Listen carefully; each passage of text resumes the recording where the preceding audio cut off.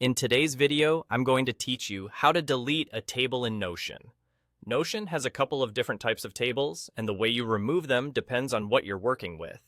There are simple tables, which are just basic grids you add to a page for quick formatting, and there are database tables, which are more powerful and can exist either inline on a page or as their own full page in the sidebar. I'll walk you through each scenario so you can confidently clear out what you no longer need.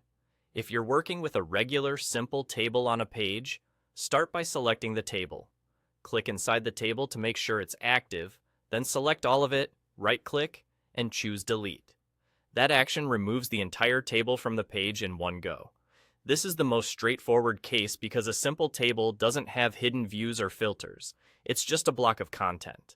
Before deleting, take a quick glance to ensure there's nothing you still need to copy, especially if the table contains notes or content you might want elsewhere.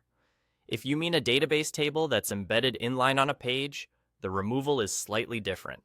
Move your cursor to the top left corner of the database table until you see the drag handle appear. Click that handle to select the whole database block, then choose Delete. This ensures you're deleting the entire database block rather than just a row or a column. Because database tables can have multiple views and attributes, make sure you're targeting the actual database block handle and not just a cell inside it. Finally, if your database lives as its own page, you'll delete it from the left pane. Locate the database page in the sidebar, right-click on it, and select Delete.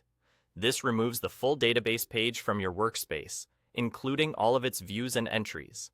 Take a moment to confirm you've chosen the correct page, especially if you have similarly named databases. And there you go. Whether it's a simple table, an inline database, or a full database page, the process is quick once you know where to click. Deleting unused tables helps keep your workspace clean and makes it easier to find the content that matters. That's all.